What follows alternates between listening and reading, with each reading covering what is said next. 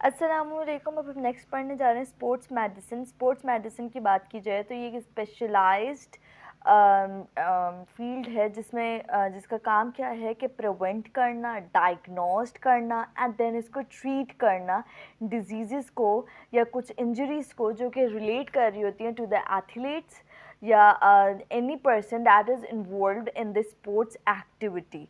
अब इसमें most commonly जो डिजीजेस आ रही होती हैं that is rotation and deformation of joint and muscles. Musculoskeletal system इसमें ज़्यादा इन्वॉल्व होता है स्पोर्ट्स मेडिसिन में। इनकी डिजीज़ को हैंडल किया जा रहा होता है। अब कॉन्सेप्ट ऑफ स्पोर्ट्स मेडिसिन क्या है, क्यों है ये एक अलग से फील्ड? बेसिकली स्पोर्ट्स मेडिसिन का टारगेट होते हैं एथलीट्स या वो लोग जो कि स्पोर्ट्स एक्टिविटीज़ परफॉर्म करते हैं। अब उसमें क्या करना होता है, मेडिकल सुपरविजन की जाती है और केयर की जाती है ऑफ द एथलीट्स। उनकी फिज़ीक को इतना अच्छा बिल्डअप किया जाता है कि उनकी फ़िज़िकल, उनकी मेंटल हेल्थ और उनकी साइकोलॉजिकल हेल्थ की केयर की जाती है। इसमें फ़िज़िकल एजुकेशन दी जाती है, उन्हें ऐसी एक्सरसाइजेस बताई जाती हैं कि उन्हें क्रॉनिक डिजेनरेटिव डिजीज़ न डेवलप हो, या वो जिस भी लाइक अगर कोई ऐसा है जिनका नी जॉइंट काम में इन्वॉल्व है, स्पोर्ट्स में इन्वॉल्व है, या जो भी वो फिज़िकल एक्टिविटी करते हैं उसमें इन्वॉल्व ऑर्गन्स की इंजरी को प्रिवेंट करने के लिए। और इसके अलावा थेराप्यूटिक एक्सरसाइजेस बताई जाती हैं to treat the physical disorders. अब एक और फैक्ट भी यहाँ पर यह है कि स्पोर्ट्स मेडिसिन में 75% जो होते हैं वो नॉन ट्रोमेटिक होता है, कि ज़रूरी नहीं कि स्पोर्ट्स मेडिसिन है, वो एथलीट है तो उसको सारी डिजीज़ जो होंगी वो ट्रोमेटिक होंगी। नो, इसमें 75% नॉन ट्रोमेटिक होती हैं जिसमें हमारे पास इन्फेक्शियस डिजीज़, एलर्जीज़ और टॉक्सिन कंडीशंस आ जाती हैं। अब स्पोर्ट्स से रिलेटेड जो इंजरीज़ हैं उसकी ये लिस्ट है, जिसमें होते हैं स्ट्रेन और स्प्रेन। इन दोनों में फ़र्क करना लाजमी है, क्योंकि जो स्ट्रेन होता है इसमें टी आता है तो उससे याद रख सकते हैं कि ये हमारे पास टेंडन की टेयरिंग है, और स्प्रेन जो होता है ये लिगामेंट की टेयरिंग को कहते हैं। शिन स्प्लिट, शिन जो है ये हमारे पास टीबिया बोन को बोला जाता है तो उसकी एक्यूट पेन को बोलते हैं shin split. Then iliotibial band syndrome या टेंडनाइटिस, ये जो होता है ये हमारे पास ब्रूजिंग है of ligament and cartilages that are related to the knee joint, that is anterior cruciate ligament, posterior cruciate ligament, medial और लैटरल क्रूशिएट लिगामेंट, ये नी जॉइंट के लिगामेंट्स हैं। फिर आज जब फ्रैक्चर्स होते हैं, dislocations, Achilles tendinitis and muscle pain, neck pain, tennis elbow, ये सारी डिजीज़ेज़ हैं जो कि स्पोर्ट्स से रिलेटेड होती हैं। अब यहाँ पर एक मोस्ट इम्पॉर्टेंट बात मैं बता दूँ कि father of sports medicine is Herodicus. उसके बाद फीमेल एथलीट ट्राइड की बात की जाए तो इसमें 3 चीज़ें हैं: restricted eating, low bone density यानी osteoporosis and irregular periods means amenorrhea. Restricted eatings क्यों? कि एक्सेसिव डाइटिंग हो रही होती है उसकी वजह से, या fatigue, weight loss, impaired mental status, ये सारे हमारे पास पॉइंट आ जाती हैं to the restricted eating. Amenorrhea में 3 मंथ से ज़्यादा की हिस्ट्री होगी विद इरेगुलर पीरियड्स, और लो बोन डेंसिटी में stress fractures and compound fractures मिलेंगे हमें।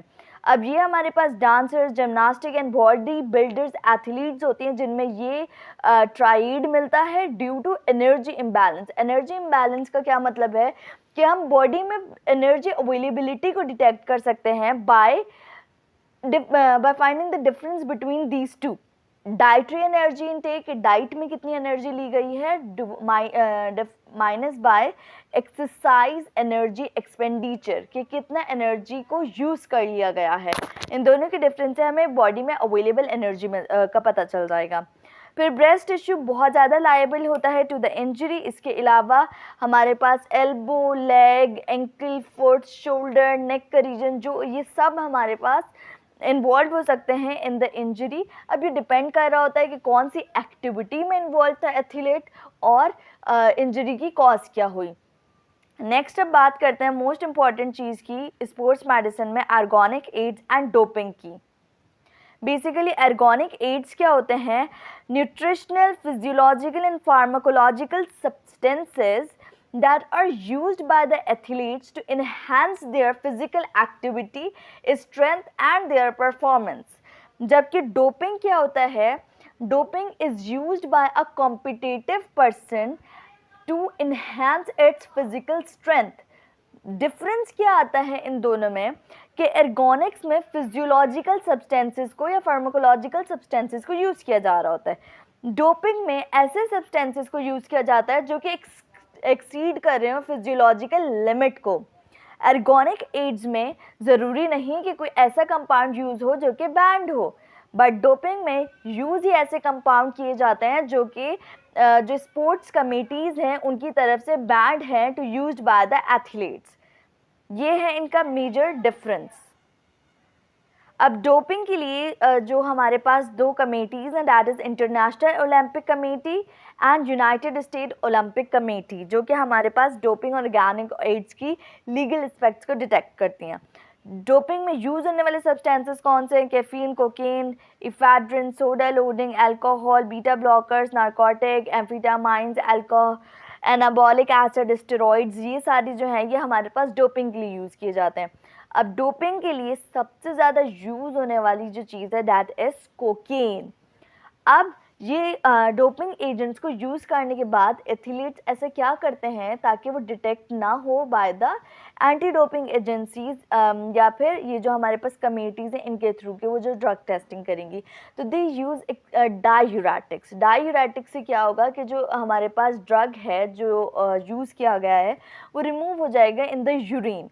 उसके बाद एंटी डोपिंग एजेंसी बनी है world anti doping, that is 1999 में बनी थी। इनका काम ये होता है साइंटिफिक रिसर्चेस करना, एंटी डोपिंग कैपेसिटीज़ को डेवलप करना, एजुकेशन प्रोवाइड करना against anti doping and monitoring world anti doping code. तो हमने यहाँ तक स्पोर्ट्स मेडिसिन कंप्लीट कर लिया।